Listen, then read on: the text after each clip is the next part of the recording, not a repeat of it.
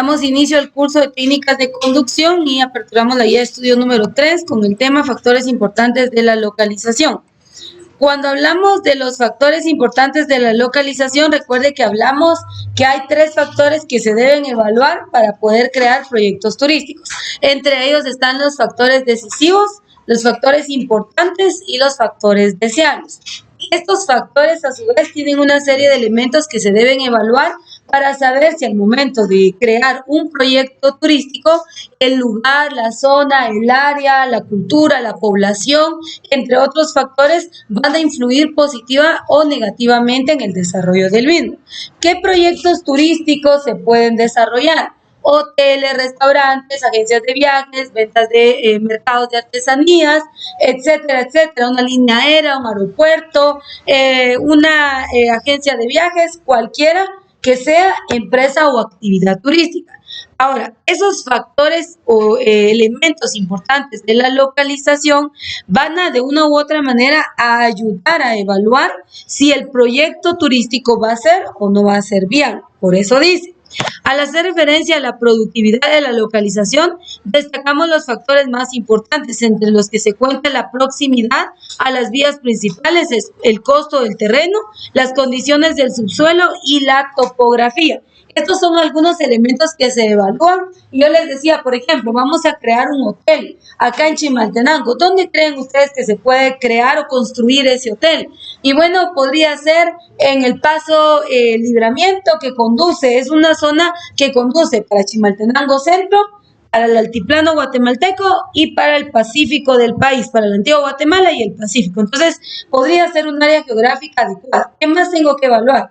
Las condiciones geográficas, por eso habla de la topografía, es decir, ver si es planicie, es montaña, si hay recursos como por ejemplo energía eléctrica, agua potable, tiene drenajes, y entonces empiezo a evaluar todos esos elementos que están dentro de los factores decisivos, importantes y deseables, y entonces veo si el proyecto turístico va a ser o no viable. También evalúo la condición económica de los pobladores o los vecinos de la comunidad. Tengo que ver si, bueno, va a ser aceptable, si va a tener demanda o va a ser consumido. Entonces, todo eso es lo que yo empiezo a analizar e incorporar en el proyecto. Dice, estos factores tienen un tratamiento diferente en los proyectos turísticos. Aquellos que resultan decisivos tienen que cumplirse, pues de lo contrario impiden la realización del propio proyecto. Por ejemplo, si se trata de un motel, su proximidad a las vías principales es fundamental, puesto que en las carreteras se encuentra un enorme mercado que mediante una promoción bien canalizada se puede captar fácilmente. La ley dice que los moteles son aquellos que deben estar ubicados en proximidades fuera del perímetro urbano. Acá estamos en el casco urbano, es decir, que tiene que estar en las salidas del perímetro urbano sobre la carretera. ¿Por qué?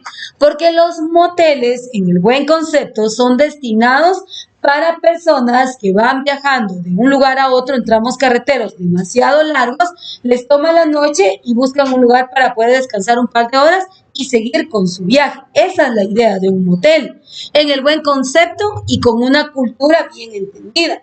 En el caso de Guatemala, lamentablemente, los moteles o autoteles tienen un mal prestigio por el uso indebido o incorrecto que se les ha dado y por las situaciones que se han desarrollado en estos. Porque también los dueños de estos centros no cuidan su infraestructura, no cuidan la calidad de sus productos y servicios que venden. Entonces, por ejemplo, viene un grupo de turistas a Guatemala, acá no los vamos a hospedar en un motel, ¿verdad? Porque sería una categoría muy baja y no apropiada para los estándares industriales que ellos tienen en sus países. Por eso, quienes más demanda tienen son los hoteles, indistintamente que sea un hotel de 1, 2, 3, 4 o 5 estrellas. Entonces, lo que está diciendo aquí es que si, por ejemplo, fuera un motel, se tienen que evaluar esos factores para saber si va a ser rentable o no la construcción de este motel.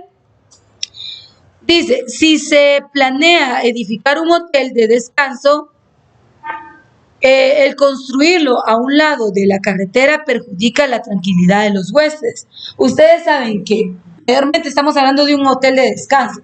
¿Qué se entiende? Que la persona quiere ir, distraerse o salir de lo caótico y del bullicio que hay en la ciudad, de lo caótico que es su trabajo, de lo caótico que es su diario vivir, para ir a un lugar donde le pueda dar paz, tranquilidad, serenidad. Entonces, si lo construyen a la orilla de una carretera, ¿qué va a escuchar? La bocina de los vehículos, el bullicio de ida y de todo. A partir de las 2, 3 de la mañana empieza todo ese bullicio. Entonces, en lugar de obtener descanso y tranquilidad, más estrés va a tener. Entonces, ese factor también se tiene que evaluar. Por ejemplo, si la persona vive en una ciudad, una zona urbanizada, y quiere salir de la contaminación vial, visual, auditiva, y dice quiero ir a un lugar de naturaleza, entonces buscaría una zona o una región que le pueda proporcionar algo ecológico. Entonces todos esos factores también van a influir en cuanto a la creación y localización de proyectos turísticos. Sigue diciendo, se requiere hacerlo un poco alejado y construirle una vía de acceso, costo que se justifica porque el turista gozará de la tranquilidad requerida y el establecimiento tendrá la posibilidad de captar un mercado por estar la vía principal muy cerca.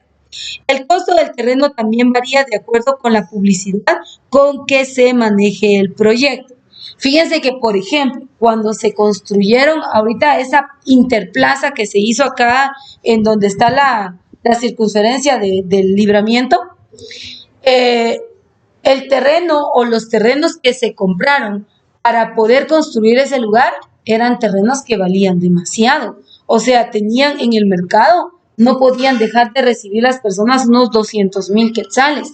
Lamentablemente a muchos le robaron su terreno. Hay gente que llegó a recibir 50,000 a 60,000 quetzales máximo por sus tierras. Y miren todo lo que ellos construyeron ahí. Y miren toda la ganancia económica que ellos van a tener, no solo en un periodo, porque esto viene para próximas generaciones. Entonces, cuando usted ve eso, dice qué injusticia, porque realmente le robaron las tierras a esta gente. Entonces, lamentablemente eso se da en Guatemala, en países subdesarrollados, eso es muy común. Decía una persona, por ejemplo, en donde yo vivo, cuando nosotros llegamos a vivir ahí con mi familia, si mucho habían como unas 10 familias en la colonia. Hoy ya no hay, bueno, hay terrenos todavía no construidos, pero que ya tienen dueño. Y un terreno ahí o una vivienda no baja de los 300,000 quetzales. Y no está céntrica, no está en cerca 2 cuadras de la carretera, no, está como a unas, vamos a ver, 1, 2, 3, 4 cuadras de la carretera principal, pero ya adquirió, o sea, con el paso de los años, estoy hablando de ya de más de 20 años después, en ese entonces todavía se compraban terrenos de 60,000 a 80,000 quetzales, pero hoy en día ya no cuestan ni siquiera ni la mitad valen esos terrenos. Hablemos de que tienen ya construcciones sólidas, solo las viviendas tienen un valor, según el análisis que han hecho los bancos, aproximadamente la más barata vale 180,000 quetzales, fuera del costo del terreno. Entonces, eso es lo que dice, o sea, cuando se hace un proyecto, se evalúa la ubicación y valen mucho las tierras dependiendo la ubicación geográfica de estas. Entonces, eso es otro punto, pero ¿dónde se puede, como por decirle, regatear el costo del terreno? Cuando no se hace mucha promoción o mucha publicidad al proyecto que se va a realizar. Porque entonces el dueño de la tierra dice, no, ellos van a ganar demasiado, entonces no me beneficia y cada vez le van a ir aumentando o incrementando el costo a él mismo. En este caso habría que ver con qué clase de gente también se gestiona, ¿verdad? Porque les pongo el ejemplo, yo sí conozco gente de ese lugar, se le conoció como La Patricia en mucho tiempo, y cuando construyeron y fueron a comprar terrenos, pues les quitaron y prácticamente los eliminaron, pero había mucha gente humilde. Y cuando hablo de la humildad no me refiero a carencia de recursos, sino desconocimiento en el área, y por eso fue que los estafaron con el costo de los terrenos. Por eso hay que tener mucho cuidado en relación a todo esto, pero les menciono porque este tema es muy importante. Dice, el costo del terreno también varía de acuerdo a la publicidad. Las condiciones del subsuelo son fundamentales para determinar los cimientos de la construcción del proyecto. Como bien saben, en Guatemala, lamentablemente, las constructoras son un fraude. Esa es la realidad que vive en nuestro país. En hondonadas o en barrancas, lo que hacen es rellenar con ripio, tirar arena, tirar barro rellenan y nivelan todo, pero esas son construcciones falsas, que con el paso de los años, el movimiento telúrico, los fenómenos naturales van deteriorando el subsuelo, las capas de suelo como tal, y entonces se dan desprendimientos, y por eso tenemos mucha pérdida económica. Para no ir tan lejos, las carreteras, ¿sí? Obras de tramos carreteros de más de 200 millones de quetzales que recién hechas, 15 días después ya tienen agujeros, ya están todas parchadas. Entonces, esa es una realidad que se vive en nuestros países subdesarrollados, que hay mucha corrupción, pero también es otro factor que se tiene que evaluar. Dice, se debe analizar el subsuelo, no solamente eso, sino dice, se debe analizar el subsuelo, si el subsuelo tiene condiciones inestables que puedan afectar la construcción o el nivel freático muy alto, y también observar que no existan afloraciones costosas de superar. En lo que toca a la topografía, es preciso analizar el promedio y los intervalos de la pendiente, por cuanto los terrenos demasiado planos no son aptos para los proyectos turísticos. Área en la cual el mejor es el que presenta pendientes promedio hasta el 10%. Obviamente eso lo hace un arquitecto, que es el encargado de ver todo el tema topográfico. Ahora, hay factores que inciden en la localización de los proyectos turísticos. Y dice factores deseables para la localización. Esto lo vimos en la guía número 2. Factores, evaluación de los factores. Y esto aquí no me voy a detener por temas de tiempo. Y vamos a ver algunos elementos que entran dentro de los proyectos turísticos una vez creados. Y vamos a ver en qué consiste cada uno de ellos. En Guatemala, el INGUAT promueve, ¿qué fue lo que les dije que promovía el INGUAT? El INGUAT promueve, pero esos recursos naturales, ¿cómo les llamamos? No, les llamamos sistemas turísticos. Eso es lo que promueve el INGUAT. ¿Cuáles son los sistemas turísticos? Nosotros sabemos que son estos, ¿verdad? Utilicemos este mapa. Guatemala moderna y colonial, Altiplano cultura maya viva, Verapaz es paraíso natural, Petén aventura en el mundo maya, Izabal un Caribe verde, Oriente místico y natural, y Pacífico exótico y diverso. Esos son los sistemas que promueve el INGUAT, ¿sí? Pero de estos sistemas existen zonas turísticas, áreas turísticas, centros turísticos, complejos turísticos, unidades turísticas y lo último, núcleos turísticos que se dividen en conjuntos turísticos, y ahorita vamos a ver esa última clasificación. Entonces, en Guatemala no se habla de esto, no es una terminología que se emplee comúnmente, pero sí es importante que nosotros la estudiemos y conozcamos qué abarca, por ejemplo, una zona turística. Es una zona turística, dice. La zona turística es la unidad mayor de análisis y estructuración del universo espacial turístico de un país. Entonces, si queremos hablar de zonas turísticas en Guatemala, ¿cuántas zonas turísticas tiene Guatemala? Basado en esto, 7 zonas turísticas. ¿Por qué? Porque dice, una zona turística es la unidad mayor de análisis y estructuración del universo espacial turístico de un país. Guatemala tiene 7, nosotros le decimos, sistemas, pero son zonas turísticas. Yo voy a Petén Aventura en el mundo maya, ¿y qué encuentro? Sitios arqueológicos. Verapaz es paraíso natural, ¿qué encuentro? Naturaleza. Encuentro adrenalina, contacto total con el medio natural. Altiplano cultura maya viva, ¿qué encuentro? A nuestros indígenas actuales con su cultura variada, su gastronomía, su colorido, sus artesanías, sus costumbres y tradiciones que las practican comúnmente y diariamente. Si voy al Pacífico exótico y diverso, encuentro playa, encuentro gastronomía, encuentro mariscos, encuentro artesanías. Y si empiezo a analizar, ninguno se parece, ¿sí? Entonces, nosotros no le llamamos zona turística, nosotros le llamamos sistemas turísticos, porque dice, es la unidad mayor de análisis y estructuración del universo espacial turístico de un país. O sea que nosotros tenemos todas esas 7 regiones que para nosotros constituyen un sistema conocido mejor como una zona turística. Dice, su superficie es variable, ya que depende de la extensión total de cada territorio nacional y depende también de la forma de distribución de los atractivos turísticos, que son los elementos básicos que hay que tener siempre en cuenta para su delimitación. Su dimensión mínima es la inmediatamente mayor a la máxima que alcance un complejo turístico. Para que exista una zona turística se debe contar con un número mínimo de 10 atractivos suficientemente cercanos, sin importar a qué tipo pertenece y de qué categorías son. Cuando habla de categorías de los atractivos turísticos, se está refiriendo a la jerarquización, ¿se recuerdan? Y cuando hablamos de la jerarquización, nosotros ya vimos y estudiamos que nosotros jerarquizamos el paisaje natural, el paisaje cultural, ¿y qué más? Y el paisaje urbanístico. Bueno, no me quiere cargar esta imagen, no sé por qué. Vamos a ver, tal vez esta sí cargue.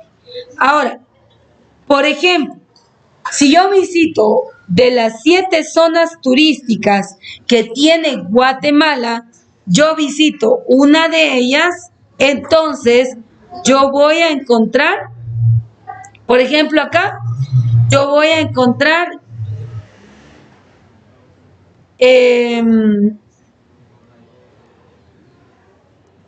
acá, en Verapaces, si agarro toda la zona del corredor seco de las Verapaces, voy a encontrar Candelaria, Junalyen, voy a encontrar La Chuan, voy a encontrar Setzol. Solo hablé de un tramo carretero de las Verapaces, que es una carretera de terracería, en donde conecta a 4. Yo mencioné a 4, pero no son los únicos que hay. Hay más, pero está conectando en ciertos tramos, están a distancia de 1 hora y media a 2 horas, 2 horas y media a 3, entre uno y otro, pero están en la misma región, no hay que irse a otro departamento, no hay que irse a otro lugar. Entonces, por eso es que estos sistemas se pueden considerar como zonas turísticas. Pero yo no quiero eso, entonces me voy a ir al altiplano, quiero conocer cultura. Empiezo mi recorrido acá en Chimaltenango. Sigo mi recorrido por ejemplo, parte del Quiché, que sería Chichicastenango. Salgo de Chichicastenango y sigo mi recorrido para Huehuetenango. De Huehuetenango bajo a Quetzaltenango, de Quetzaltenango regreso a Sololá. Y solo en esos departamentos yo encuentro más de 10 destinos turísticos con similitudes en relación a lo que ofrece la región turística. Y eso es lo que está diciendo el concepto, que tiene que, indistintamente que sea patrimonio natural, que sea patrimonio cultural, que sea paisaje urbanístico, tiene que tener más de 10 destinos turísticos para ser declarado como una zona turística. Y eso lo reúne cada sistema turístico en Guatemala. Importante, ¿dónde puede conocer usted mejores atracciones turísticas? Ahorita que vi la página de esta dirección del INGUAT, vamos a buscar www.inguat, creo que es .com, creo que es esta la página del INGUAT. Vamos a ver si es esta. Creo que era la que había aperturado inicialmente.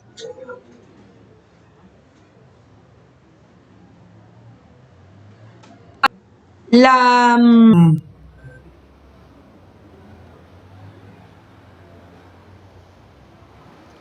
diversidad turística que tiene cada uno de los sistemas turísticos. Solo déjenme ver: INGUAT, gestión, servicios, documentos, tal de transferencia, estadística, información, observación. Vamos a ver aquí en documentos, que me tiene mapas, aquí está. Fíjense que acá en mapas, solo que cargue, me aparece el promocional de los 22 departamentos. Y espero yo, primero Dios, para la próxima semana traerles mapas turísticos del INGUAT, porque estuve gestionando y para el día Para la próxima semana probablemente tenga material turístico. Pero acá usted se puede meter a la página de Linguat y ahí donde decía mapas, no sé si es por internet que no carga, puede ver que están proyectados los mapas turísticos, los 22 departamentos de Guatemala. Observe. Si usted quiere conocer qué hay en el Quiché, vea, aquí le va a aparecer las atracciones turísticas más relevantes del Quiché. Si usted quiere conocer Retaluleu, aquí están las atracciones turísticas relevantes, cultura, gastronomía, ubicación geográfica, leyenda turística del departamento, croquis de la ciudad, todo lo que usted puede visitar. Usted dice, bueno, ¿cree usted que Chimaltenango, nuestro bello Chimaltenango, turísticamente hablando, no tiene nada? Pero aquí están las atracciones turísticas, croquis de nuestro departamento. Y aquí están todas las atracciones. Entonces, sí hay mucho que descubrir. Métase, solo vea www.inguat.gt, ¿verdad? Y entonces usted ya puede navegar en la plataforma de Inguat. Estos mapas los puede descargar porque hay una opción en PDF. Pero, primero Dios, pues los vamos a tener físicos para que ustedes puedan trabajar a través de ellos, ¿verdad? Entonces, si vemos, cada sistema turístico está compuesto por un área geográfica que conforma entonces la zona turística. Entonces en Guatemala no decimos zonas turísticas, sino decimos sistemas turísticos. Vamos con el siguiente, área turística. ¿Qué es un área turística? Dice, las áreas turísticas son las partes en que puede dividirse una zona. Por tanto, su superficie es menor que la del todo que las contiene. Las áreas turísticas deben estar dotadas de atractivos turísticos contiguos, el número también menor que los de la zona. Y al igual que estas necesitan una infraestructura de transporte y comunicación que relacione todos los elementos turísticos que la integran. Para que pueda funcionar como un subsistema, requiere la presencia mínima de un centro turístico y si su infraestructura y dotación de equipamiento y servicios es suficiente, deben registrarse como potenciales. A ver, ¿creen ustedes que Chimaltenango tiene una zona turística, sí o no? Sí. A ver, más o menos, ¿dónde sería esa zona turística de Chimaltenango?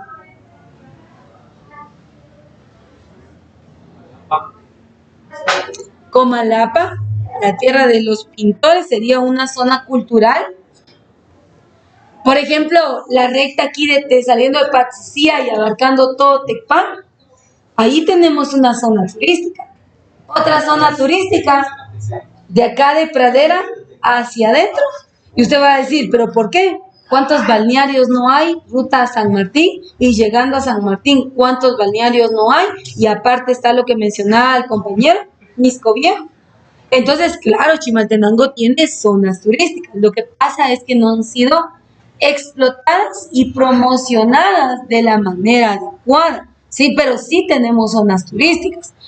Por ejemplo, en Chimaltenango podríamos hablar de Patzún. Patzún es una zona turística. ¿Por qué? Para la temporada de Semana Santa, Patzún se vuelve muy alegórico, muy pintoresco por el tema del Corpus Christi. Entonces sí tenemos zona turística. Si hablamos de la salida de la ciudad de Guatemala para Chimaltenango, encontramos otra zona turística que empezaría desde Santiago hasta el centro de Chimaltenango y es una zona turística cultural. ¿En qué mes se activa? Se activa en el mes de noviembre, para el tema octubre y noviembre, que sería el tema de los barriletes y el tema de los muertos y toda esa situación. Entonces sí tenemos zonas turísticas, pero dice que un área turística, está dentro de una zona turística. Entonces, por ejemplo, regresemos al tema de los departamentos.